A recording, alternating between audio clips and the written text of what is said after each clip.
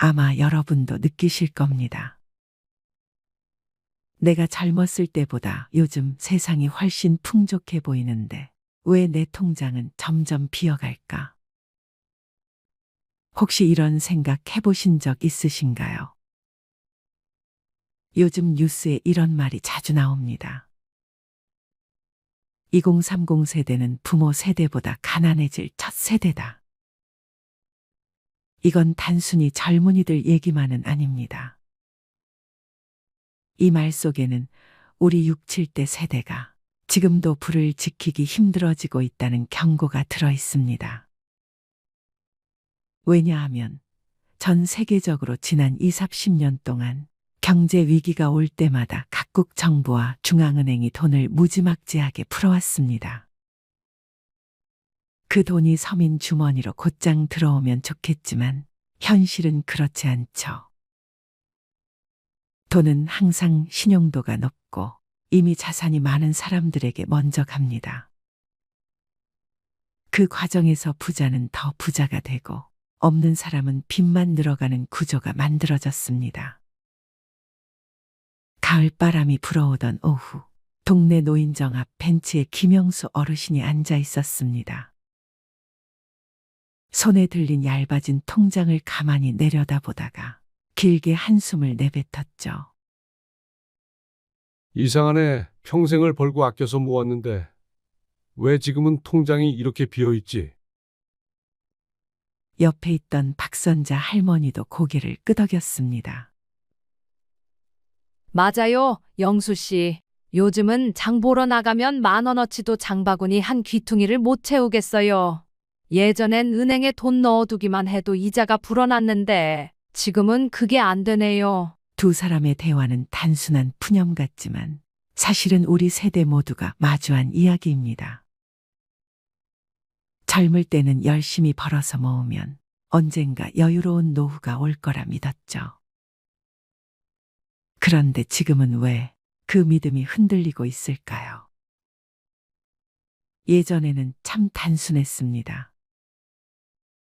월급에서 생활비를 빼고 나머지를 은행에 넣으면 시간이 해결해 줬습니다. 10%가 넘는 금리가 매년 돈을 불려줬고 재형저축은 30%가 넘는 이자를 약속했습니다. 그때는 얼마를 벌었느냐보다 얼마나 오래 모았느냐가 부의 크기를 결정했죠. 예를 들어 1985년에 1천만 원을 재형저축에 넣었다면 10년 후엔 원금의 몇 배가 되어 돌아왔습니다. 금리와 시간이 우리 편이던 시절이었죠. 그런데 지금은 상황이 완전히 바뀌었습니다. 금리는 2%대에 머물고 물가는 하루가 다르게 오릅니다. 예전처럼 그냥 넣어두면 불어난다는 공식이 깨진 지 오래입니다. 전 세계적으로 20, 30년 동안 경제 위기가 올 때마다 중앙은행이 돈을 풀었습니다. 하지만 그 돈은 서민보다 이미 부자인 사람들의 주머니로 먼저 들어갔습니다. 신용도 높은 사람만 더 싸게, 더 많이 빌릴 수 있었으니까요. 결국 부자는 더 부자가 되고 없는 사람은 더 빚을 지게 되는 구조가 고착됐습니다. 우리 세대가 부를 쌓은 방식 중 가장 큰 건 집이었습니다. 집값이 오르면 자연스레 자산이 불어났죠. 그런데 지금은 대한민국 자산의 75%가 부동산에 묶여 있습니다. 미국은 34%, 일본은 38%인데 비해 우리는 압도적으로 높습니다. 이 말은 집값이 떨어지면 나라 전체의 부가 줄어든다는 뜻입니다. 문제는 이렇게 자산이 한쪽에만 몰리면 새로운 산업과 일자리에 돈이 안 흘러갑니다. 결국 청년층은 창업할 기회를 잃고 우리 세대 역시 부동산 가격 변동에 휘둘리는 리스크가 커집니다. 뉴스에서 한국인 평균 자산 2억 5천만 원이라는 말을 들으면 다들 부자인데 나만 없는 건가 하는 생각이 듭니다.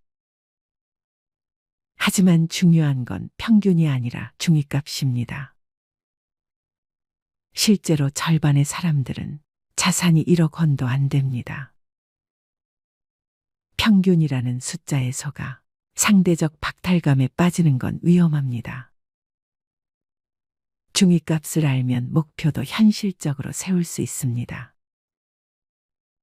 예를 들어 2억 5천이 아니라 1억을 기준으로 잡으면 나도 한번 해보자는 마음이 생깁니다.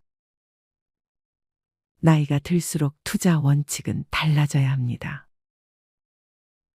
은퇴 직전에 퇴직금을 전부 주식 코인에 넣는 건 위험합니다.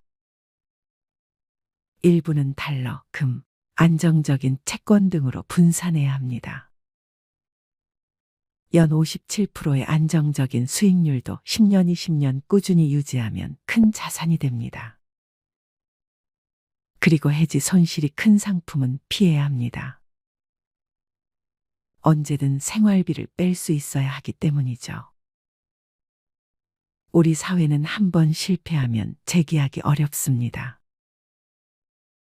하지만 은퇴 이후의 인생은 작게 실패하며 배우는 과정이 필요합니다. 소액 투자, 부업, 취미를 통한 수익화 등 작은 시도를 꾸준히 하는 것이 큰 위기에서 살아남는 힘이 됩니다. 우리 세대가 젊었을 땐 금리가 높아 돈이 스스로 불어났습니다. 지금은 그렇지 않기에 돈보다 시간을 관리하는 능력이 중요해졌습니다.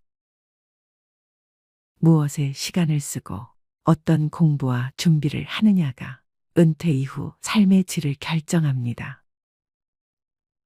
김영수 어르신이 벤치에서 이렇게 말씀하셨습니다. 결국 돈은 잃어도 다시 벌 수 있지만 시간은 절대 못 벌어. 우리가 가진 진짜 재산은 지금 이 순간이야. 그 말이 오래 남았습니다. 경제는 숫자 싸움 같지만 사실은 시간과 선택의 싸움입니다. 여러분의 남은 시간이 더 단단한 경제적 안전망을 만드는 데 쓰이길 바랍니다. 아이고, 관리비가 또 밀렸네요. 어르신, 이번 달엔 꼭 좀 부탁드려요. 관리실 직원의 말에 김명자 할머니는 고개를 푹 숙였습니다. 통장을 들고 은행에 갔을 때 잔액은 7,000원. 생활비를 인출한 지도 오래됐고 최근엔 아들 집에서 반찬을 좀 나눠줘서 겨우 끼니를 이어가고 있었습니다. 그런데도 그녀는 말합니다. 아들한테는 절대 손 안 벌려요. 민폐잖아요. 그런데 안타깝게도 장고는 이미 그녀의 의지를 배신한 지 오래였습니다. 명자 할머니의 이야기는 결코 남의 일이 아닙니다. 70이 넘도록 죽어라 일만 하며 살아왔는데 통장엔 늘 10만 원도 남지 않았다는 중장년층의 고백. 어쩌다 우리 세대의 통장은 이토록 텅 비었을까요? 왜 은퇴한 6070 세대들의 통장에는 100만 원도 남아있지 않은 걸까요? 많은 분들이 이렇게 말씀하십니다. 70 넘으면 그냥 조용히 집에만 있는 거지. 뭐 그렇게 돈이 들겠어요. 하지만 현실은 전혀 그렇지 않습니다. 퇴직 후 20년은 기본이고 30년을 넘기는 경우도 적지 않습니다. 65세 이후 평균 기대 수명은 84세를 넘어가고 있고 부부 중 한 사람이 90세 이상까지 사는 경우도 아주 흔해졌습니다. 하지만 대부분의 60대, 70대들은 아직도 이렇게 생각합니다. 노후는 그냥 연금으로 대충 살면 되겠지. 아프지만 않으면 되잖아. 나이 들면 돈 안 써. 하지만 현실은 달라요. 병원비, 치과비, 집 수리비, 명절 경조사비, 손주 용돈, 보청기, 안경 교체, 한 달 식비까지 이 모든 것이 60대 이후부터 본격적으로 돈을 갉아먹기 시작합니다. 문제는 많은 분들이 아직도 50대처럼 쓰고 있다는 거예요. 그냥 한 달에 몇십만 원은 나가게 되더라고 하는 식으로요. 그게 바로 위험의 시작입니다. 노후는 안 써도 돈이 새는 시기예요. 쓰지 않아도 세월이 가져가는 돈이 있다는 걸 모르고 지나가다 보면 어느 순간 통장 잔고가 0원이 됩니다. 또 자존심이 문제인 경우도 많습니다. 가난해도 남에게 손 안 벌리는 것, 부족해도 자식에게 부담 주지 않는 것. 이게 미덕처럼 여겨져 왔어요. 그런데 자존심은 준비 없는 사람에겐 아무런 방패가 되어주지 않습니다. 자존심을 지키려면 돈이 필요합니다. 체면을 유지하려면 자산이 있어야 합니다. 자존심은 스스로를 지탱하는 강한 무기이지만 그 안에 든 칼날은 현실이 닿는 순간 너무 쉽게 부러지죠. 그러니 자존심이 강한 분일수록 더욱더 철저한 준비가 필요합니다. 그런데 놀랍게도 그런 분들이 나는 괜찮아 하며 대비를 등한시합니다. 결국 통장에 100만 원도 없는 채로 병원 앞에서 고개를 떨구게 되는 겁니다. 그리고 또 하나, 자식이 있으니까 괜찮다고 믿는 겁니다. 통장에 잔고가 없는 분들에게 이유를 물으면 종종 이렇게 대답하십니다. 나도 애들 키웠고 애들이 있으니까 그래도 어디 가서 굶기야 하겠어. 그런데 이 믿음은 현실을 외면한 환상입니다. 오늘날 30대, 40대 자녀들은 자신조차 감당이 어려운 세대를 살고 있어요. 물가 상승률, 집값, 교육비, 대출이자, 치솟는 보험료, 이들은 이미 삶에 쫓기고 있으며 부모까지 부양할 여력은 턱없이 부족합니다. 그럼에도 불구하고 여전히 많은 부모님들이 자식이 있으니까란 생각으로 저축을 미루고 부동산만 믿고 의료비 대비를 하지 않아요. 그리고 어느 날 자식의 차가운 한마디를 듣게 되죠. 엄마, 아빠, 저희도 솔직히 너무 힘들어요. 이때 깨닫게 됩니다. 아, 자식은 노후 대책이 아니었구나. 또, 돈이 없어서 못 모았어요. 라는 말을 참 많이 듣습니다. 물론 맞는 말이죠. 벌이가 적어서 저축 못했다는 분들 많습니다. 돈이 남아야 모으지요. 그런데 현실은 이렇습니다. 돈이 남아서 저축하는 게 아니라 저축을 하니까 남는 겁니다. 하루 1,000원, 한 달 3만 원. 이 금액을 무시해온 분들이 대부분이에요. 그깟 돈이 무슨 의미가 있겠어 하고 넘기다가 10년이 지나도 20년이 지나도 통장엔 여전히 0이 찍혀 있습니다. 반면 정말 소득이 적어도 매달 3만 원, 5만 원씩 꾸준히 모아온 분들은 그래도 급할 땐 꺼낼 게 있어서 다행이에요 라고 말하십니다. 문제는 금액이 아니라 습관입니다. 작은 돈을 소중히 여긴 사람은 언젠가 큰 돈도 제대로 다룰 수 있게 됩니다. 그리고 또 이런 말씀도 하세요. 그냥 아프지만 않으면 돼요. 하지만 노후의 가장 큰 지출은 바로 병원비입니다. 특히 치과, 안과, 정형외과는 보험이 잘 안 되거나 비용이 큽니다. 의외로 큰 돈이 드는 항목이 청력 저하, 백내장, 무릎 연골 수술, 틀니, 임플란트 그리고 각종 검진비입니다. 문제는 이런 항목은 대부분 계획되지 않은 지출이라는 겁니다. 통장에 100만 원도 없는 분들은 이런 의료비 앞에서 항상 무력해집니다. 아이고, 그거는 나중에 아프면 그때 생각해 보지. 하지만 그때는 갑자기 오고, 그때 돈이 없으면 삶의 질이 수직낙하합니다.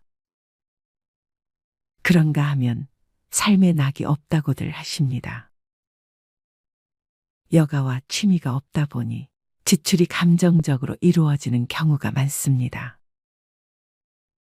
책을 사는 것도, 걷기 좋은 운동화를 사는 것도 아깝다고 생각하면서 술자리에는 쉽게 지출하죠. 내가 이 나이에 친구라도 만나야지. 그러다 보니 남는 게 없습니다. 자기만의 여가나 취미가 없는 사람은 감정 소비를 반복하고 결국 빈 통장만 남깁니다. 또 이런 말도 있습니다. 나중에 모으려고 했지. 그런데 기억하셔야 합니다. 돈을 모으는 데에는 나중이 없습니다. 지금 시작하지 않으면 그 나중은 오지 않습니다. 통장에 100만 원도 없는 70세 어르신들이 공통적으로 하는 후회는 딱 하나입니다. 조금이라도 일찍 시작할 걸. 많은 분들이 이렇게 말씀하세요. 나 정말 검소하게 살았어요. 사치 같은 건 절대 안 했어요. 하지만 현실은 다릅니다. 작은 사치, 반복된 소비, 습관적 지출, 이 모든 것이 누적된 결과입니다. 매일 마시는 5,000원짜리 커피, 정기배송 구독 서비스, 다 못 쓰는 건강식품, 자식과의 식사 후 결제 습관. 이런 습관적 소비는 눈에 보이지 않기에 더 무섭습니다. 누구보다 검소하다고 믿었던 사람들이 가장 위험한 지출을 하고 있는 경우가 많습니다. 돈보다 사람을 믿는다고요. 멋진 말입니다. 그런데 실천이 불가능합니다. 사람도 관계도 존엄도 결국 돈 위에 세워져야 지속될 수 있기 때문입니다. 돈이 없으면 선택지가 줄어들고 자존감이 흔들리며 좋은 것을 알아도 실천하지 못하게 됩니다.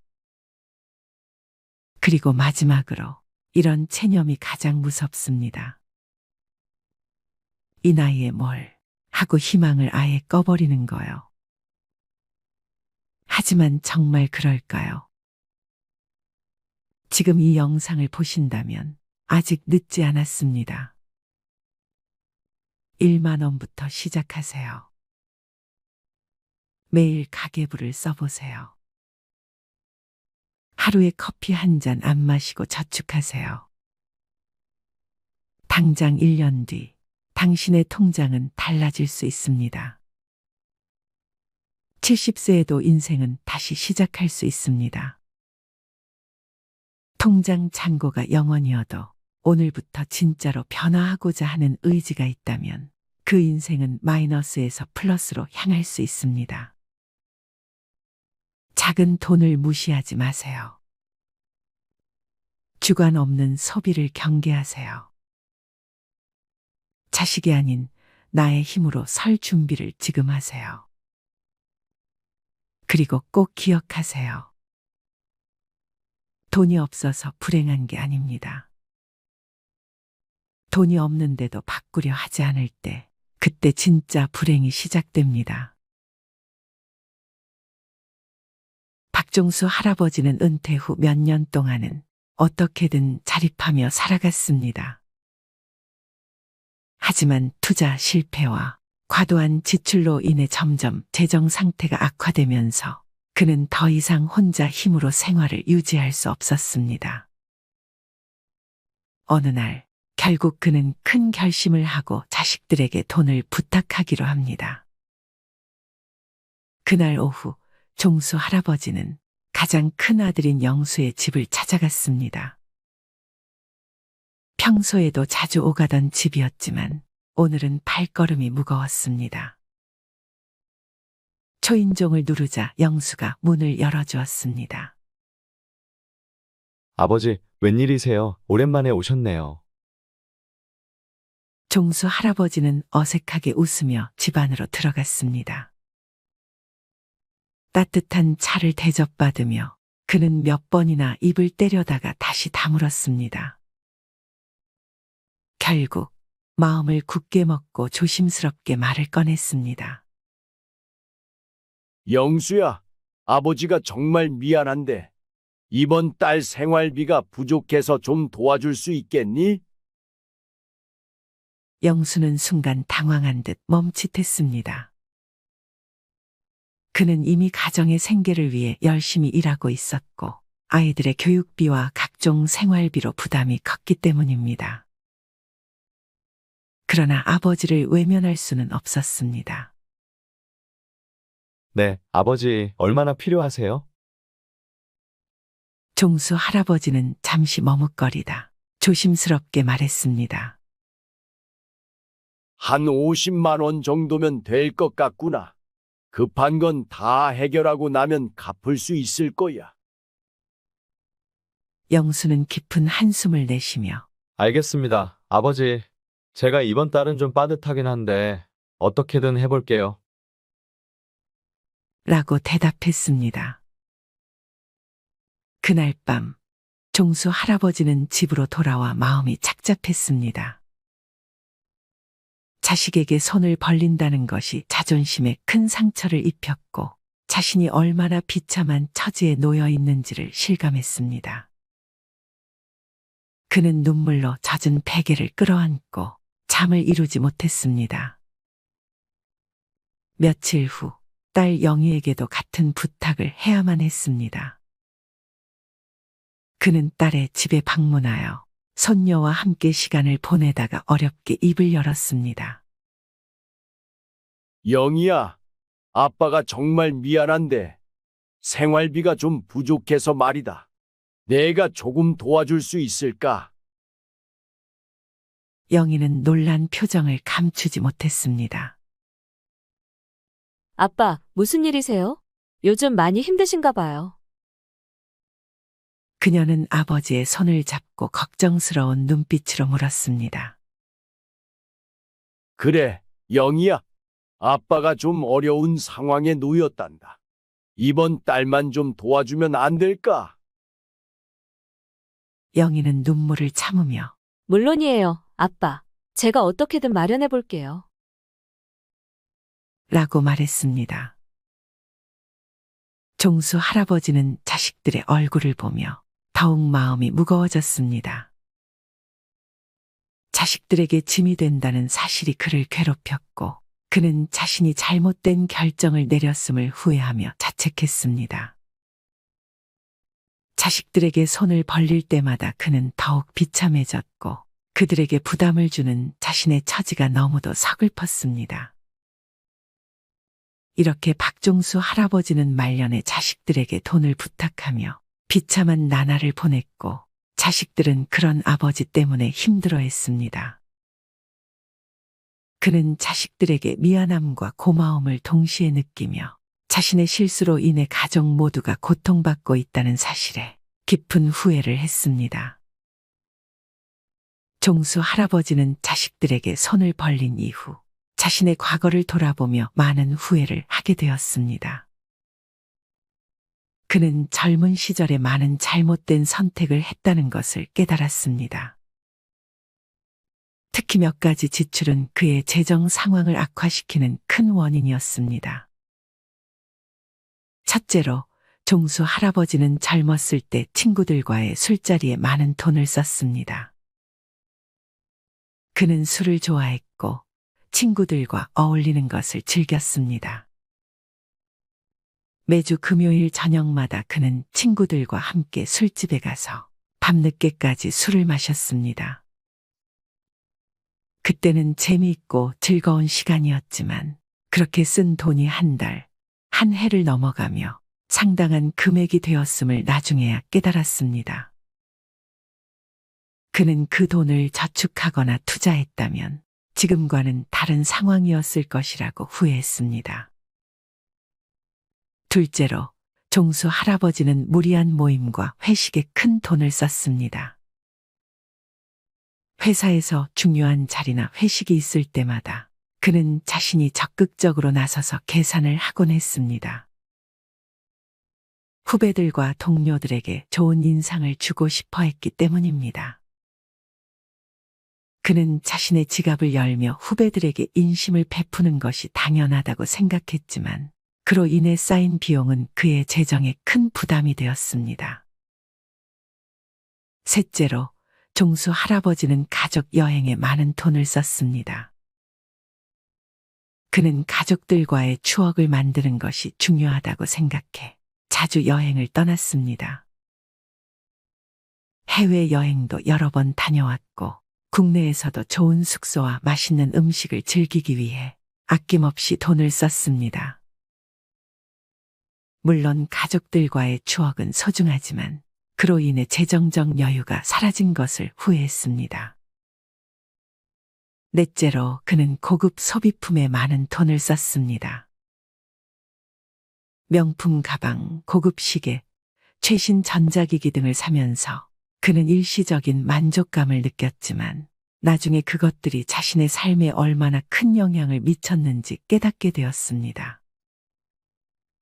특히 명품 소비는 주변 사람들에게 자신을 과시하기 위한 것이었지만 그로 인해 큰 금액이 낭비되었습니다. 마지막으로, 종수 할아버지는 자식들에게 과도한 지원을 했습니다.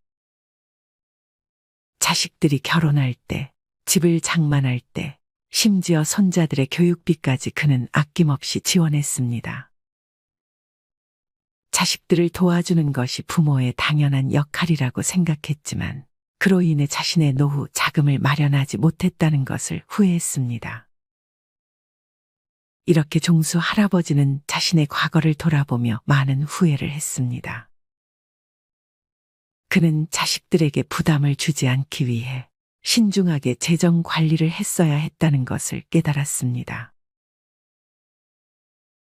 나이 들수록 돈은 줄고 소비는 줄여야 한다는 말, 머리로는 알면서도 정작 카드 명세서를 보면 한숨부터 나오는 분들이 많습니다. 나는 그렇게까지 안 썼는데, 별거 안 했는데 왜 이렇게 빠져나갔지? 사실 노후의 가난은 돈이 없어서가 아닙니다. 무의식 중에 반복하고 있는 소비 패턴이 당신의 노후를 잠식하고 있는 겁니다. 특히 오늘 이야기할 9가지 소비는 6070세대, 즉 소비를 줄여야 할 시기에 오히려 집착하고 있는 지출 항목들입니다. 당신의 삶에도 이 9가지가 들어와 있다면 지금부터라도 정리가 필요합니다. 첫 번째, 명절 선물, 체면이라는 이름의 낭비. 나이 들수록 체면을 지켜야 한다는 생각이 강해집니다. 명절이 되면 아무도 시키지 않아도 비싼 한우 세트, 과일 상자, 건강식품을 고릅니다. 그래도 어른인데 이 정도는 해야지. 며느리 친정에도 뭔가 보내야지. 하지만 체면은 지갑에서 나갑니다. 그리고 그 체면을 지킬수록 약값을 미루고 전기요금을 걱정하는 현실이 찾아옵니다. 체면은 빚내서 유지할 게 아닙니다. 체면은 내 형편에 맞게 절제하는 어른에게서 납니다. 진짜 품위는 덜 써도 존중받는 사람이 될 때 생깁니다. 두 번째, 여행, 탈출인가, 회복인가. 이 나이에 언제 또 가보겠어. 이 말 한마디에 항공권을 결제하고 내 인생인데 한 번쯤은 하며 여행 패키지를 끊습니다. 하지만 여행은 갔다 오면 끝입니다. 추억은 남을지 몰라도 카드값은 더 오래 남습니다. 게다가 여행은 습관이 되면 중독됩니다. 또 가야겠다. 안 가면 허전해. 문제는 여행이 회복이 아닌 회피가 되는 순간부터 노후는 무너지기 시작한다는 점입니다. 지속 가능한 삶은 감정이 가라앉은 상태에서 가도 되는 타이밍에 가는 여행이어야 합니다. 세 번째, 옷. 과거의 멋이 현재의 짐이 될 때. 나도 이 정도는 입어야지. 할머니라고 아무 옷이나 입나. 나이 들어도 멋지고 싶은 마음 당연합니다. 하지만 옷장이 가득 차 있고 입는 옷은 늘 똑같은데도 또 다시 신상을 고르고 있다면 그건 멋이 아니라 불안을 지우기 위한 소비일 수 있습니다. 노년의 멋은 비싼 옷이 아니라 단정함에서 시작됩니다. 꾸준히 다림질된 셔츠, 잘 맞는 슬랙스, 깔끔한 운동화. 그것이면 됩니다. 진짜 품위는 옷에서 나오는 게 아니라 자기 삶에 책임지는 태도에서 나옵니다. 네 번째, 커피. 하루 한 잔은 괜찮을까? 퇴직 후 할 일 없는 하루의 시작은 늘 커피 한 잔으로 열립니다. 집에 커피 믹스가 있어도 굳이 테이크아웃 한 잔을 사야 하루가 시작된 것 같은 기분이 듭니다. 하루 4,000원. 한 달이면 12만 원. 1년이면 144만 원입니다. 그거 아껴서 얼마나 모으겠어? 그렇게 말하는 순간 매달 반복되는 작은 구멍이 노후 재정을 서서히 잠식합니다. 여유는 커피로 사는 것이 아니라 관계와 일상 속에서 길러야 할 감정입니다. 돈 들여 위로받는 습관은 결국 더 큰 허기를 남깁니다. 다섯 번째, 택시. 편함의 이름으로 무너지는 근력. 한 정거장 거리도 걷기 싫어집니다. 힘들잖아. 택시 타면 편하지. 그런데 이상하게 이 편함은 갈수록 더 많은 불편함을 부릅니다. 걷는 횟수가 줄어들수록 무릎은 더 약해지고 심장은 더 나빠집니다. 택시비는 그 자체로도 문제지만 움직이지 않는 대가로 찾아오는 병원비는 그보다 훨씬 비쌉니다. 노후의 편안함은 무조건적인 편리함이 아니라 내 몸이 스스로 움직일 수 있는 자유에 있습니다. 여섯 번째, 손주를 위한 지출. 사랑이라는 착각. 손주가 온다 하면 마트부터 갑니다. 과자, 장난감, 옷, 용돈까지. 그래도 할머니인데 뭐라도 해줘야지. 그렇게 매달 10에서 20만 원씩 쓰면서도 정작 자신은 라면으로 끼니를 때웁니다. 그런데 손주는 과자나 돈보단 할머니가 해준 이야기와 밥을 더 오래 기억합니다. 사랑은 사는 것이 아닙니다. 시간을 함께 보내는 것, 함께 눈을 맞추는 것이 진짜 사랑입니다. 지갑이 아니라 마음으로 손주를 대하세요. 일곱 번째, 경조사비. 관계라는 이름의 강요. 친구 아들 결혼이라는데 다들 10만 원 낸다더라. 나만 5만 원 하면 이상하게 보이겠지. 경조사비는 기준이 없습니다. 그래서 더 어렵습니다. 그러나 중요한 것은 당신의 형편과 마음입니다. 남들이 10만 원 낸다고 나도 무리해서 맞추다 보면 정작 당신 자녀의 결혼식엔 통장이 비어 있을 수 있습니다. 경조사비는 투자가 아닙니다. 돌려받지 못할 수도 있습니다. 그래서 더욱 신중하고 절제 있게 써야 할 지출입니다. 8번째, 건강식품. 건강은 사는 게 아니다. 이거 먹으면 혈압 내려간대요. 간에 좋다니까 한번 먹어보려고요.